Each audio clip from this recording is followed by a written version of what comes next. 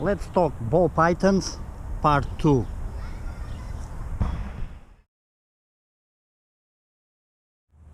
My apologies from the previous video. There were a couple of errors on the editing. The software just ate a couple of clips, but what I wanted to mention is that last week's video, the story that I wanted to tell you guys, I forgot about it. I filmed the whole video and I wanted to mention one thing and I forgot about it. So let's go for part 2. Long story short, my friend is on the reptile business, not just hobby. I'll give you a resume. He has his own collection of large constrictors, burms and retics, and he sells the offspring. He also imports the babies of large constrictors as well as ball pythons. He builds wrecks, and he has a rodent business. He just opened a store here in Moscow, so he sells the animals, he sells the wrecks, and he sells the rodents and the tools that you need for your husbandry conditions as a private reptile keeper. I will omit his name. I'll just refer to him as my friend, and he's a flipper, as we discussed on the previous video. There is a need on the market, so the flippers are not demonized. They are a need for the Russian market. And he asked me the following question: should I keep buying ball pythons at the ham show and selling them in Russia? Should I keep buying them wholesale and selling them to my customers, or should I start my own collection? Should I buy a whole lot of them, raise them up, and breed them and sell the offspring? That's a good business question that defines the strategy and the economics of your business.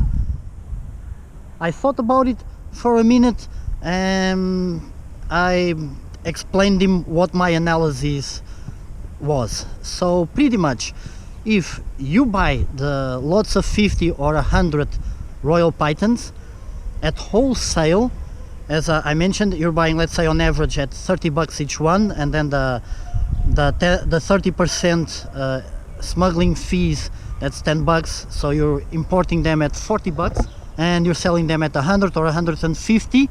That is good. That means that the European breeder has a cost of 75 to 100 bucks of production per egg, and you're buying them at wholesale at half or less than half the cost of production. So that means you are letting the European breeder take the loss. They're gonna get their money in other ways, but you are letting the European breeder take the loss, and you're selling the little baby royal pythons in a market that you can sell them at twice the price as they are practiced in the North American and European markets. Regarding the alternative to build a collection of royal pythons of your own, I explained to him that he has two choices, two different options. He can buy babies, raise them up, and in let's say 3 years, he'll have he'll start to have at the third year, third year, a good production rate of baby ball pythons to sell here on the Russian market. So that means he will have the cost of importing the baby snakes, raising them up, all the labor, building racks, having an extra room for them, paying his employee, all the costs that goes into caring for them, the rodents, all of that, the electricity and the water. Or he can buy sub-adults or adult ball pythons that other breeders have no longer a need for them in that means that adults or sub-adults, you won't be buying wholesale. You'll be chasing different breeders. I want you have 2 or 3 or half a dozen of them, I'll take them and build your collection of 50 or 100 ball pythons. Let's say a ratio of 2/3 females, 1/3 males, so that would be like 60-70 females and up to 30 males out of 100. In this second option of buying proven breeders, adult ball pythons, the return on investment would be much faster. he would probably just need 6 months, maybe 1 year to acclimatize the snakes to the conditions he has on his facility, and they would start giving him eggs much faster than buying the baby ball pythons and raising them up and wait 2 or 3 years.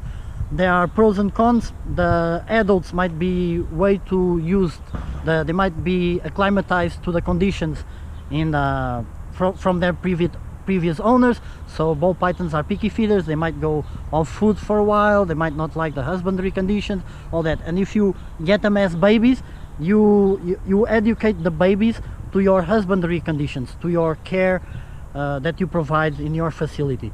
So there are pros and cons.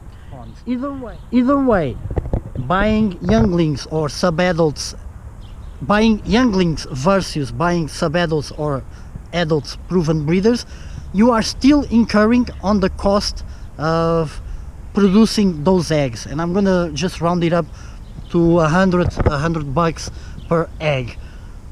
So you guys see the dilemma. From a business point of view, I told him just keep doing what you're doing, keep buying wholesale.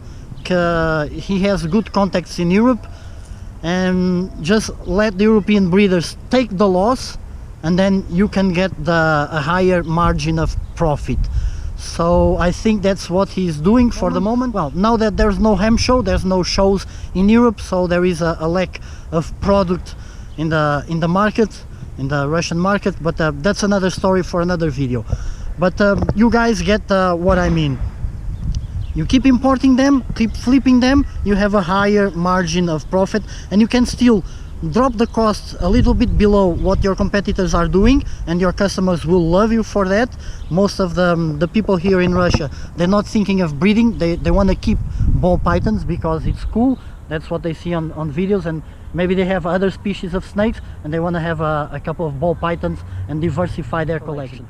So I believe that's the best option, to keep flipping snakes and let the European breeder take the loss on the low-end morphs, the single and double combos of classic morphs, instead of breeding your own and incurring on that cost. That's what I'm doing, but it's my own private collection. The non-holdbacks, then I try and find a customer for them.